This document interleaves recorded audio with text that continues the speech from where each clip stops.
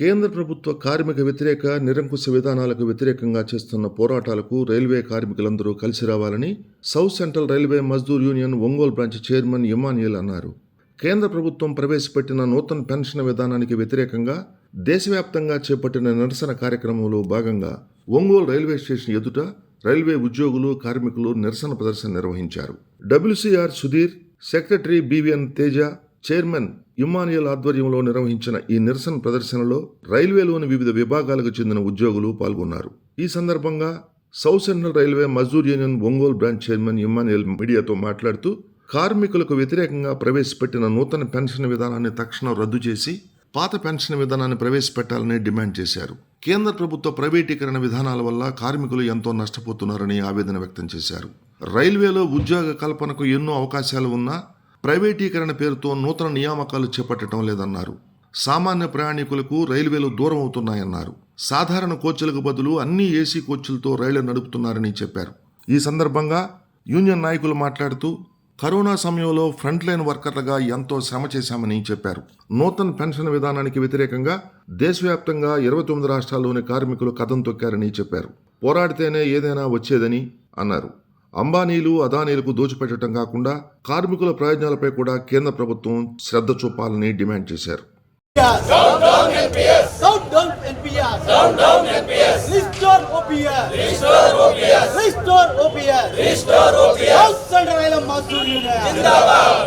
కార్మికుల ఐక్యత, శంకరరావు గారి నాయకత్వం, లీలా గారి నాయకత్వం, JNS గారి నాయకత్వం, సౌత్ సెంట్రల్ రైల్వే మజ్దూర్.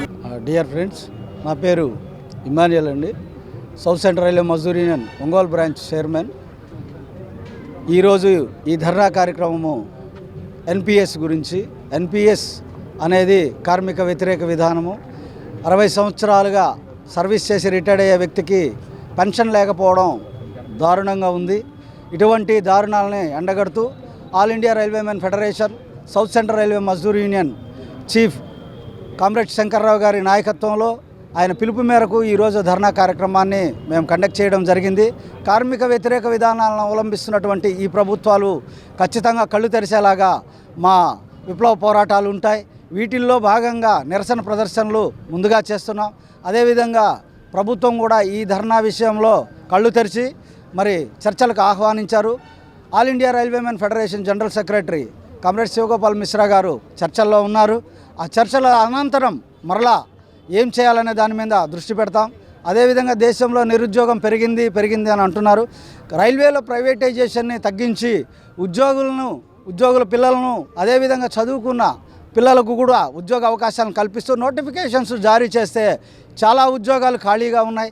ఈ ఉద్యోగాలన్నిటికి కూడా ఈ యువత, భారతదేశంలో ఉన్నటువంటి నేడు చదువుకున్న యువత కూడా మరి దేశం గర్వించేలాగా భారతీయ రైల్వేస్ని సరిదిద్దుతారని మేమందరం డిమాండ్ చేస్తున్నాం. అదేవిధంగా ఈరోజు రైల్వే స్టేషన్స్లోకి వస్తే ఏ ట్రైన్ చూసినా జనరల్ బోగీలు అయితే లేవు. ఎక్కడ చూసినా ఏసీ కోచ్లే. సామాన్యుడు ఎక్కాలన్నా, ఉద్యోగులు ఎక్కాలన్నా అసాధ్యమైపోతుంది. ఈ కోచ్లని ఖచ్చితంగా తగ్గించి సామాన్యుడు ప్రయాణం చేసే విధంగా మరి రైల్వే చర్యలు తీసుకోవాలి. బడ్జెట్ విషయానికి వస్తే రైల్వే బడ్జెట్ని మరలా పునరుద్ధరించి రైల్వే బడ్జెట్ని కేటాయించాలని మరి ప్రభుత్వానికి మేము విన్నవిస్తున్నాం. అదేవిధంగా ఇప్పుడున్నటువంటి ఈ కార్పొరేట్ సంస్థలను వెనక్కి పంపించి రైల్వే అండర్టేకింగ్లో రైల్వే నడవడం కూడా చాలా ఇంపార్టెంట్. ఎందుకంటే రెస్పాన్సిబిలిటీగా పనిచేయాలంటే ఉద్యోగి అయితేనే చేస్తాడు. అటువంటిది ప్రైవేట్ వాళ్ళు చేయలేరు. కాబట్టి ఈ దేశంలో నిరుద్యోగం సమస్య పోయే విధంగా చర్యలు చేపట్టాలంటే రైల్వేలో ఖచ్చితంగా RRBలు, RRCలు, గ్రూప్ Dలు కండక్ట్ చేయాల్సిన అవసరం చాలా ఉంది.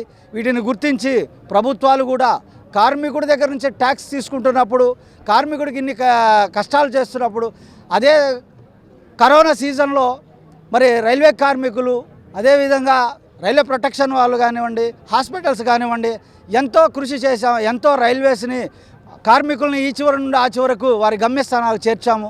అయినా మా DAలు ఈ రోజుకి బకాయిలోనే ఉన్నాయి. అవి ఇచ్చేదానికి కూడా మనసు రావట్లేదు ప్రభుత్వాలకు. దయచేసి ప్రభుత్వ పెద్దలకు, రాజకీయ నాయకులకు కూడా మా వైపు నుంచి విజ్ఞప్తి ఏంటంటే, మేము కష్టపడి పనిచేసేవాళ్ళం. మా ఫెసిలిటీస్ని హరించేదానికి, మా హక్కుల్ని హరించేదానికి 5 సంవత్సరాలు ప్రభుత్వం ఏర్పాటు చేసుకున్న మీకు మరి ఎటువంటి వ్యత్యాసం ఉందో గమనించి మేము ఒక భారతీయ రైల్వేలు గర్వించదగ్గ రైల్వేస్లో పనిచేస్తున్నాం కాబట్టి మమ్మల్ని అందరినీ కూడా మీరు గుర్తించి మాకు రావాల్సిన బకాయిలను మా ఫెసిలిటీస్ను ఓల్డ్ పెన్షన్ స్కీమ్ను పునరుద్ధరిస్తారని రైల్వే ట్రైన్స్ అన్నిటికి కూడా మరి కోచ్లు మారుస్తారని ఆశిస్తూ ఈ ధర్నాను కండక్ట్ చేసేదానికి మా సెక్రటరీ గారు తేజ గారు, అదేవిధంగా జెడ్డబ్ల్యూసీ గారు సుధీర్ గారు, అదేవిధంగా మా ట్రెజరర్ మేడం గారు, స్టేషన్ సూపరింటెండెంట్ గారు అందరం కలిసి సంయుక్తంగా కార్మికులందరితో కలిసి ఈ కార్యక్రమాన్ని విజయవంతంగా నిర్వహించుకునే దానికి సెక్యూరిటీ ప్రాబ్లం లేకుండా మాకు అందరూ కోఆపరేట్ చేశారు. Thank you sir, thank you వనడా.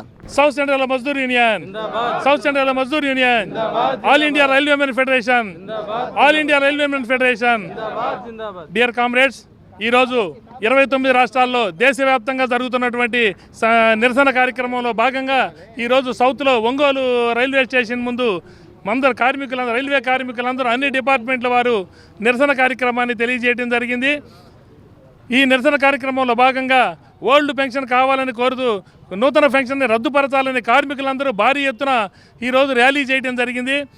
Narendra Modi నిరంకుశ పరిపాలనకి ఆయన చెప్తున్నాడు, మన్ కీ బాత్ జిన్ కీ బాత్, నీ మన్ కీ బాత్ జిన్ కీ బాత్ మాకు అవసరం లేదయ్యా, నువ్వే పరిపాలించుకో, నువ్వు ఎంతకాలం పరిపాలించుకుంటావు నువ్వే పరిపాలించుకో, నీ ప్రధానమంత్రి సీటు మాకు అవసరం లేదు, కానీ మాకు కార్మికులకు ఇవ్వాల్సినటువంటి బకాయిలు, కార్మికులకు ఇవ్వాల్సినటువంటి పెన్షన్ని సుప్రీంకోర్టు తీర్పునిచ్చినా కూడా ఆ సుప్రీంకోర్టు తీర్పును కూడా ధిక్కరించి పక్కన పడేసి నువ్వు చేస్తున్న పనులు అనిల్ అంబానీకి, ఆదానికి ప్రైవేటీకరణ చేయాలని చెప్పి నీ ఉత్సాహాన్ని మేము రైల్వే కార్మికుల కడుపు కొడుతూ మరి కరోనా టైంలో ఫ్రంట్ లైన్ స్టాఫ్గా పనిచేసి మరి సరుకు రవాణాలో కానీ, ట్రైన్లు పంపించడంలో కానీ, ప్యాసింజర్ ట్రైన్లో కానీ, డ్రైవర్లు, గార్డులు అన్ని డిపార్ట్మెంట్లు కూడా ఇంజనీరింగ్ కార్మికులతో సహా ఎమర్జెన్సీ కరోనా టైంలో చనిపోతే ఒక్క కార్మికుడు కూడా పట్టించుకొని నువ్వు ప్రైవేటీకరణ పేరుతో కార్మికుల కడుపులే కొట్టడం కాక మరి ఈ పెట్టుబడిదారి వ్యవస్థని పునరుద్ధరించి ఈ అనిల్ అంబానీకి, ఆదానికి నువ్వు ఈ రైల్వేని కట్టబెట్టాలని చూడడం ఖబర్దారని చెప్తా ఉన్నాం. ఈ నరేంద్ర మోడీ గవర్నమెంట్ని గద్దె దించే వరకు కార్మికులతో కనుక పెట్టుకుంటే గతంలో కాంగ్రెస్ గవర్నమెంట్కి చూపించాం, 76లో ట్రైన్లు ఆపాం, దెబ్బకి ప్రధానమంత్రితో సహా దిగొచ్చారు. మనకి ఏది కూడా ధర్నాల ద్వారానే, హర్తాల ద్వారా, బంధుల ద్వారా వస్తుంది, కానీ ఏది కూడా ఎవడో ఊరికినే ఇచ్చింది ఏమీ లేదు. బోనస్ కూడా ఎలా వస్తుందో చెప్పాం. ఒక్క పఠాన్కోట్లోనే కాల్పులు జరిపినా కూడా south central railway Mazdoor union వెనక్కి తగ్గలేదు. ఒక్క పఠాన్కోట్లోనే 6 సెక్రటరీలు చచ్చిపోయినా కానీ సాధించి తీరింది. బోనస్ అనేది మీకు ఎవరికీ తెలియదు. దేశంలో అతిపెద్ద union south central railway Mazdoor అన్ని జోన్లలో కూడా మనకి రికగ్నేషన్ ఉంది, ఎక్కడా కూడా కాదు.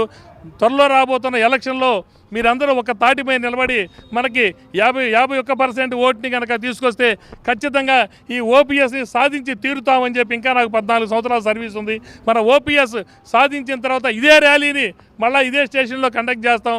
మీకు కరోనా టైంలో కూడా బోనస్ రాదు, బోనస్ ఇవ్వమని డిక్లేర్ చేస్తే మనం ముందుకెళ్ళి మనం ముందు చెప్పున్నాం, రేపు ఉదయాన్నే ట్రైన్లు ఆపబోతున్నాం, రేపు ఉదయం 10ంటికి ట్రైన్లు ఆపబోతున్నాం అని చెప్పి ఇదే స్టేషన్ ముందు నేను మీటింగ్ పెట్టి చెప్పాను.